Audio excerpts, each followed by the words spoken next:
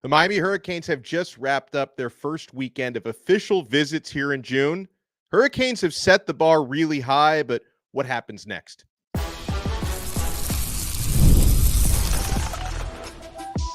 You are Locked On Canes, your daily podcast on the Miami Hurricanes, part of the Locked On Podcast Network, your team every day. Happy Sunday. I'm Alex Donno, University of Miami alumnus, longtime South Florida sports radio vet, also co-host of Locked On ACC. Thank you so much to the everydayers for making Locked On Canes your first listen and your first watch today. We're available free wherever you get your podcasts. We're free on YouTube. We're part of the Locked On Podcast Network, your team every day. We will talk about what recruits are saying coming out of this first weekend of Hurricanes official visits, how long Miami might have to wait to get some verbal commits. Also, I want to address this real quick at the top, of course, because our last episode that we've done was 2 days ago. It was on Friday afternoon, and we were talking about Simeon Barrow, right? The Miami Hurricanes transferred defensive tackle, transferred from Michigan State in May, and then on the last day of May, it is reported that Barrow he'd left Miami, allegedly gone, back home to Georgia, had indicated to some of his Miami teammates he was leaving the team and he wouldn't be coming back. Reports started to surface that he might end up somehow leaving Miami for the Missouri Tigers, even though it's not currently an open transfer portal and he's already enrolled and matriculated at Miami. So, yeah, a lot of people have been asking me over the last couple of days, is there anything new there? What is going on with Simeon Barrow? And I wish I had something more definitive. I don't know if anybody does have anything definitive right now, because I asked a few folks who might know something about the situation yesterday, what was going on, how is this going to resolve? And the consensus update that I've been getting is that it's an ongoing situation, and I was told they're still trying to work through it. It does seem clear that the lines of communication between Miami and Simeon Barrow are open. So I don't know if they're working more towards a positive resolution or a negative resolution. I did see Gary Furman at Kane Sport mention that it might even be a 50-50 situation right now, whether Barrow actually stays and plays at Miami this year or if he doesn't play at Miami. One thing that seems very clear is he, very complicated for him just to walk off Miami's roster right now and go play somewhere else, since he is, as mentioned, not only enrolled and already taking a class at Miami, summer classes, but he's already matriculated. So he can't just take his scholarship somewhere else, that perhaps the only way he could go to another school would be to leave the scholarship behind at Miami and become a walk-on somewhere. I don't know if he was fully aware of that situation at the time he reportedly decided to leave South Florida. I don't know if Mizzou has really been recruiting him, possibly tampering with him. I don't know if they were aware of the fact that he was already matriculated. There's also a lot going around about this agreement that he or his father reportedly signed with LSU after his LSU visit, that, hey, you're going to sign this agreement where you're not going to commit to another SEC school, which wasn't a problem if he was going to be at Miami, but could be a problem if he wants to go to Missouri, right? If he wants to go to Mizzou, LSU would have to let him out of that agreement. There are some rumors that there was money given to sign that agreement. Is that even an enforceable contract? Could LSU get in trouble if the reports of that document are real? I can't say for sure if they are, but there's a lot of moving pieces around here. There definitely is some buzz that despite everything going on, and I'm sure, like everything else, the rumor mill has probably gotten out of control on this one. If you're a Hurricanes fan, you've talked about this with your friends, you've been listening to X spaces about it, you've been reading about it on message boards, you've been reading about it on social media, everybody's talking about it. I'm sure the rumor mill has gotten out of hand on this one, so I'd like to kick my feet up and see how this plays out, but there still does seem to be a chance that Simeon Barrow might actually end up playing for the University of Miami. But as of the last 36 hours, doesn't seem like there's a whole lot more that's known. It's a situation that they're in communications about it, and they're still working through it. By the way, welcome in to everybody who's watching us live right now on our YouTube channel. If you're watching us live, make sure you smash that like button and subscribe to Locked On Canes. If you're listening to the audio version, make sure you subscribe on Apple Podcasts, Spotify, wherever you get your pods. So watching the buzz that was happening the last couple of days at these official visits at Miami was a lot of fun. Let's talk about some of the things that have come out of this weekend of visits. Now, hopefully one day, I want to get that invite to Mario Cristobal's house, because that was part of the recruiting visit. Players getting a chance to spend time. He's got a really cool looking pool and patio. That's always part of the OV, is spending some time at Cristobal's crib. And recruits are always blown away by that. And the other fun thing, they always have the nice dinners, of course, in Miami. And South Florida, that's one of the advantages you have in South Florida. A lot of these college towns out there, the podunk college towns, a nice night out at Golden Corral might be the best you can do, where at Miami, you've got the prime 112s of the world. You can go out for world-class dinners, the type of cuisine you do not experience at a whole lot of other college towns. I would imagine that, Miami and then Los Angeles for USC and UCLA, cities like that probably do the best with those official visit dinners. But then the other part of it, recruits yesterday evening, they went on a boat ride around Biscayne Bay yesterday, which looked awesome. Alex Mirabal, the offensive line coach, was sending out some videos of that. Looked like a pretty fast boat that they were on, going around Biscayne Bay. They go by the cruise ships, sunset around Bayside, all that good stuff. Just for reference, Miami, you get boat rides around Biscayne Bay. When you go to Gainesville, you ride bumper cars. That's a real thing that they do there. It looked like the boat ride in Miami was a big hit. Now, some of the players who were officially visiting this weekend, 3 of them are already committed to Miami. And obviously, it's nice to bring those verbal commits in for a couple of reasons, right? When you bring in your own verbal commits for official visits, you get to really solidify those players, because, of course, they can't actually sign with you until December. So you help solidify their recruitment. But I also like that when you have your own verbal commits officially visiting, they become ambassadors. They become recruiters themselves, and they help spread the gospel to these other players who are undecided, explain, hey, this is what I loved about Miami. This is why I decided to commit here. This is what I appreciate about these coaches. This is what I appreciate about this campus, these facilities. Sometimes your best recruiters are the recruits themselves.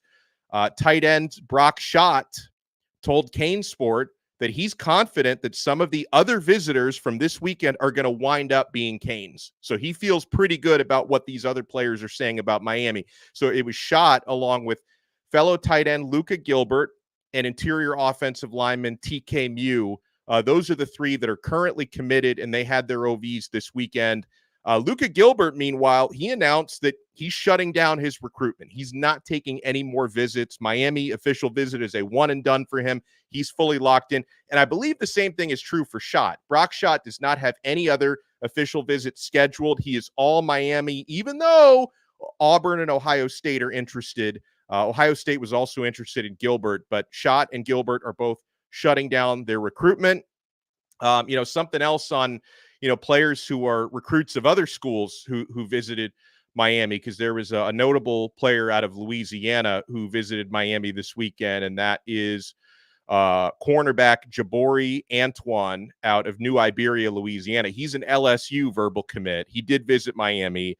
Again, I don't see any smoking gun that he's about to flip from LSU to Miami, but Gabby Urruti at Inside the U did report that he's confident Miami is the school that has the best chance to flip Antoine from his commitment to LSU, that the Hurricanes are working on that. And there are other players in this cycle, like receiver Dallas Wilson, who's visiting later this month, who's committed to Oregon, that Miami's trying to flip. That's always a part of this process, right? That, and Mario Cristobal's gotten some notable flips over the past couple of years. Mark Fletcher from Ohio State, the defensive tackle who flipped from Ohio State this past cycle, Jordan Lyle flipping from Ohio State. So Miami obviously is very active. I don't know why the name Justin Scott escaped me, but that was the one I was thinking of, who flipped from Ohio State, top recruit in the cycle. Justin Scott is on campus, by the way. And if Simeon Barrow doesn't end up coming back, Justin Scott is someone Miami's really, really going to need to hopefully step up, along with the likes of Anthony Campbell, Ahmad Moten, Josh Horton. Like to see Armando Blunt get on the field this year. He could play inside and outside. Would like to see the juggernaut Artavius Jones get on the field, but that's neither here nor there. Let's get back to the recruiting stuff. Miami, quote unquote, set the bar for 4-star defensive end Zion Grady. Zion Grady is somebody we talk about a lot. This is a 4-star defensive end out of Enterprise High School in Alabama, one of the top DNs in the country. Jason Taylor has been all over his recruitment. Grady was a former Alabama Crimson Tide commit. After Nick Saban retired, he stepped away from that Alabama commitment, opened things up, and Miami has been one of the teams trending near the top, right? He's even gotten a Steve Wiltfong bomb to land at Miami. I think it was in April that Wiltfong dropped that prediction. So Miami has been near the top of Zion Grady's recruitment ever since he decommitted from Alabama. He was asked what stood out about the trip. He said everything stood out. It was fun. Football-wise, I'd already seen everything. The visit helped with me. It was a lot of fun. And, of course, he had a couple of Enterprise teammates with him. Safety Eric Winters was there, 4-star safety / linebacker. I think Miami sees him. Well, actually, you know what? I was going to say Miami sees him more as a safety, but I don't know about that, because one of the things that Winters talked about coming out of his visit was that Lance Guidry really sees him as a Swiss Army knife, that, you know, kind of the way that Guidry like used and envisioned, you know, using some other players in Miami's defense, that he wants to have him, you know, line up a little bit as linebacker or a safety, can play a little bit of both of those spots. So Winters, I think, was impressed by the opportunity that he would have at versatility here. Andrew Purcell, the cornerback out of Enterprise, is another one who visited. I want to talk about a couple of the running backs and what they're saying. You know, it's funny because sometimes, you know, you talk about these visitors that come in from other parts of Florida that don't spend too much time at Miami. Miami's got, you know, the tight ends that they're recruiting and have committed out of the Midwest who come down and spend time. Sometimes the players who were technically local are surprised by the experience they have by staying in Coral Gables. We want to talk about that and more when we come back. My friends, we are only getting started. You want to keep it locked right here on this brand new episode of Locked On Canes. Passion, drive, and patience. The formula for winning championships is also what keeps your ride or die alive. eBay Motors has everything you need to maintain your vehicle and level it up to peak performance. Superchargers, roof racks, exhaust kits, LED headlights, and more. Whether you're into speed, power, or style, eBay Motors has you covered. With over 122 million parts for your number one ride or die, you'll always find exactly what you're looking for. And with eBay Guaranteed Fit, your part is guaranteed to fit your ride every time or your money back. Because with eBay Motors, you're burning rubber, not cash. With all the parts you need at the prices you want, it's easy to make your car the MVP and bring home huge wins. Keep your ride or die alive at ebaymotors.com. Eligible items only. Exclusions apply. eBay Guaranteed Fit only available to U.S. customers. Thank you so much for making this episode of Locked On Canes your first listen and your first watch today. We're available free wherever you get your podcasts. We're free on YouTube. We're part of the Locked On Podcast Network, your team every day. If you're watching us live right now on Locked On Canes YouTube, make sure to smash that thumbs up button, hit that like button, subscribe to our channel. If you're listening to the audio version, make sure you subscribe on Apple Podcasts, Spotify. We're available wherever you get your pods. Miami had a couple of important running back targets visiting this weekend. Now, remember, Miami's already got one running back verbally committed. It happened back in March, and that was Gerard Pringle. So the Hurricanes, what they're looking for to complement Pringle is a bigger-bodied back, someone who resembles Mark Fletcher a little bit more, bigger-bodied, power, 3-down back, and they had a couple of those on campus. One of those was Shekai Mills-Knight out of Chattanooga, Tennessee, and Byron Lewis, who's a local guy out of American Heritage, 4-star. And here's what Lewis had to say. He said, quote, "Man, it was a great weekend," he said. I believe this was to Kane Sport, to On3 Sports. "Man, it was a great weekend. I was able to spend time with Coach Cristobal, and staying in Coral Gables is a whole different world, a different bubble. So every time I visited, I always went back home, but staying in Coral Gables just got a different perspective." So, you know, he was coming down from Broward County for those day unofficial visits, got to stay over a couple nights this time, totally different experience. He said, quote, "Miami showed a genuine connection outside of football, outside of me having to run the ball or catch the ball or pass block. You still have to coach and build a man," he said. They were just expressing to me how valuable I am, but not just as a football player, but as a human being, and how they can help me mentally and help me figure out life. A young college athlete, this is all new. NIL is new, transfer portal is new. So you want to meet genuine people that genuinely care about you. And, you know, if Miami can land Lewis, which is not a guarantee, I almost feel like Miami probably has a better shot with Shekai Mills-Knight out of Tennessee than with Lewis right now out of Heritage. Miami's in a tug of war with FSU for Byron Lewis. Wisconsin is already in the mix. I don't feel like Wisconsin is as big of a threat as Florida State is. He's going to be visiting Wisconsin next, and then he's going to be visiting FSU, I think, to wrap up his month of visits. So, you know, hopefully Miami is trending up a little bit more with Byron after this visit. But prior to this visit, Florida State apparently was trending a little bit higher for him. But it's nice to know that his perspective changed a little bit and that he feels like Miami is not only a football fit for him and a culture fit.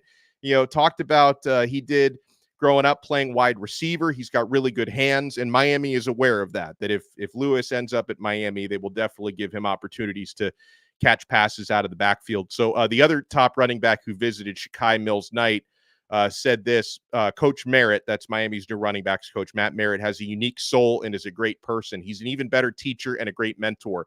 I feel like chopping it up with him opened up my eyes to a lot of things. I feel like I can learn a lot under his wing, and I feel like he can develop me into a great back and a great person, he said. They said they want one smaller back and one bigger back. Now, Pringle he's not that small, but he's the quote-unquote smaller back. And Shekai Mills-Knight continued, they think I fit the build because I'm like a Mark Fletcher, every down back, he said. The offense is set up for a guy like me, and that opens up what the offensive coordinator can do. I believe it because they have Mark Fletcher, who is my frame, who is already doing it. I really believe that. It's funny to hear Mills-Knight is talking about Fletcher, where Fletcher is Byron Lewis's former teammate. So I'm sure Lewis probably feels the same way about Mark Fletcher. And, you know, another player we've talked about a lot the past couple of weeks is wide receiver Tyler Williams out of Riverview High, or Sumner High in Riverview, Florida, I should say. Really good high school program.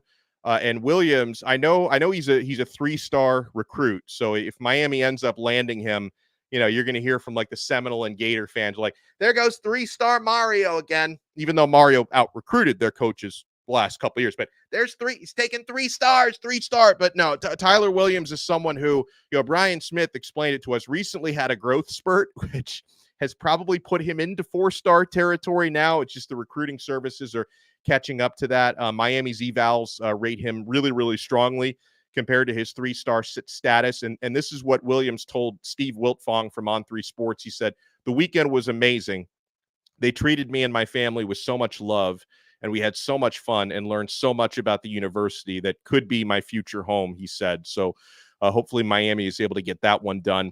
Another player we talked about who's a local, kind of. I mean, he lives here now. That's Floyd Boucard from Miami Central, but, you know, grew up in Canada, played most recently at Mobile, Alabama, just moved down to South Florida. So, yeah, Floyd Boucard does go to the same school that Armando Blunt and Ruben Bain went to, and he talks about those guys a lot, even though they don't know each other very well because he didn't actually play with those guys. But Boucard talked about his visit to Miami.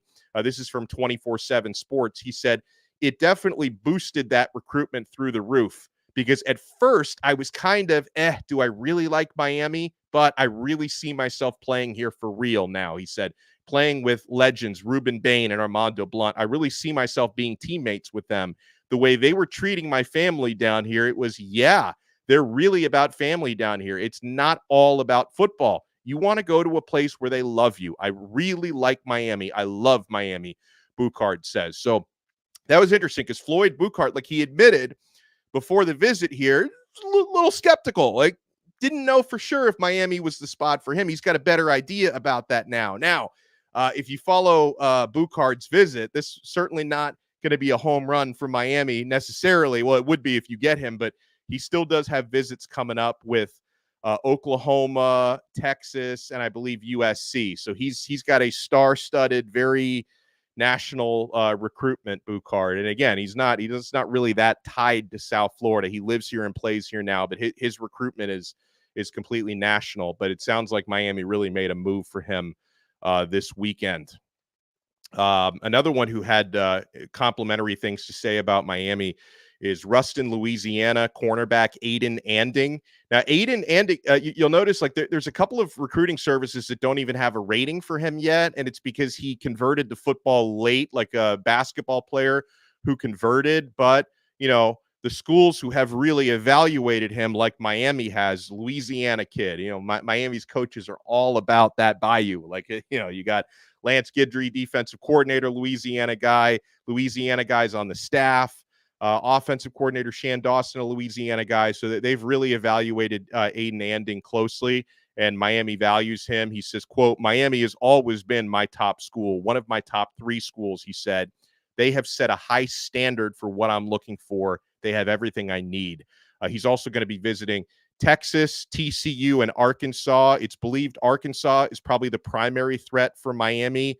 Texas in that mix. I think TCU got into the mix late. I don't know. They'll have to make like a late push for him because I do think Miami, Arkansas, and Texas are ahead of TCU. And, one of the things Miami has working for them with a guy like Aidan Anding at cornerback is not only the Louisiana connection with certain coaches and staffers, but he already knows a couple of Miami's players who are from his area. A.J. Allen, he already knows well, and Jadis Richard.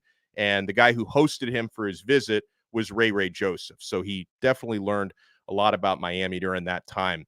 So I hope everyone is having a good Sunday so far. And all right, so I want to talk a little bit about what we can expect from the next few days. Now, would it shock me if at some point over the next 72 hours we see one of those Dennis Smith bat signals go out? Wouldn't shock me. But I want to temper the expectations a little bit here, because if you ask me, do I feel pretty good about where Miami stands with some of their top targets coming out of this first official visit weekend? Yes, I think Miami made moves with certain players, and Miami's not going to go 0 for 13 here. I say, they had 16 visitors. 3 of those are already committed. Miami's not going to go 0 for 13 with the other uncommitted guys. You're going to land some players from this weekend, I believe, but I don't want anyone to be getting all bent out of shape if 3 or 4 days from now you've not had a D-train bat signal and you've not landed anybody officially, because just the way that it works out, the nature of this month of June, first official visit weekend, the vast majority of the players who came down here have 2 or 3 other visits that are already locked in for later this month. So the way it's going to go for most of these guys is you're going to finish out the month, and then, around last weekend of June, that's when you're going to decide, and Miami's going to be the spot for some of these players. Others are, going to end up, of course, committing to one of the other schools that they visit later this month. But most of these players, even if they're feeling like it's going to be Miami, are probably going to still take the rest of their visits this month, and then they're going to make something official at the end of the month. So I don't want anyone to freak out. Would it shock me if someone commits? No, it wouldn't shock me. But it also would not surprise me if most of these guys are going to let this marinate for a few weeks before they make announcements and make decisions. So just the way the timing goes, first official visit weekend, if Miami really hit it out of the park with some of these guys, maybe they'll drop the rest of their plans and commit to Miami now. But for most of them, I think they're going to finish out the month. Always want to say hi to my guy Michael when he's in here. Hello, Michael. Hello, everyone. I see our guy Chill has been in the live YouTube chat. I hope he's not trolling anybody too hard today. He got under Bruce Warner's skin last week. Do you guys see that? Where Bruce didn't know who Chill was. He's like, who is this guy? Is this guy a Miami fan? Chill is a bigger Miami fan than most of us, my friends. So I'll reiterate what I said at the top of the show, because some of you who got in here late are asking what's going on with Simeon Barrow. Nothing dramatically new today. I checked in with a few people yesterday, and the consensus is they're still working through this, Miami and Barrow. I think there's a chance, maybe even a 50-50 chance, that there's a positive resolution where he does end up playing for Miami this season. I think there's still an opportunity to make that happen. Obviously, he's already, gotten to the point where he, reportedly left Miami and gave certain teammates the impression he wasn't coming back. So there's obviously a chance he never plays for Miami. But the thing that's going to make this complicated with Simeon Barrow is to get on another roster this time of year, it's very difficult because the transfer portal is not open right now. He's already enrolled and matriculated at Miami, where according to the rules, you can't just take your scholarship with you, that he's locked in with his Miami scholarship. So if he were to leave, he would have to walk on somewhere else. And I get it. Like, in the age of NIL, is it possible that Missouri would say, you know what, we're not only going to pay for your tuition, which I think is around $40,000 a year at that school. I saw that figure online, around $40,000 for your tuition to Mizzou, plus we're going to pay you a fat NIL on top. Is it impossible that they would do that? No, of course that is possible. So, oh man, somebody asked me if I saw Uncle Lou's Miami Hurricane season prediction. You mean my guy Uncle Louie, who gives us our stock reports? I think Uncle Louie, we might have him on at some point during this week to give us his take on the transfer portal, because Uncle Louie's a huge fan of Tyler Van Dyke. He's still not happy with TVD. He doesn't care at all about Cam Ward. Uncle Louie is all about TVD. So I want his take on the transfer portal, and maybe we'll get Uncle Louie's prediction for the season coming up. So, all right, guys, as always, if we get any fresh, relevant information on Simeon Barrow or any fresh, relative info on more feedback from these recruits who have just come through these Miami visits, we got big week. Let me tell you guys what's coming up next weekend, by the way. We'll be talking about it throughout the week, but this is a big one. Miami's going to have a pair of 5-stars on campus June 7th. Elijah Griffin, 5-star defensive lineman. Jamie French, 5-star wide receiver. Miami is in French's top 3, but the top 3 in order are Texas, LSU, then Miami. So Miami's got to make a move there. 4-star receiver Dallas Wilson is going to be on campus. He's committed to Oregon. Miami's trying to flip him.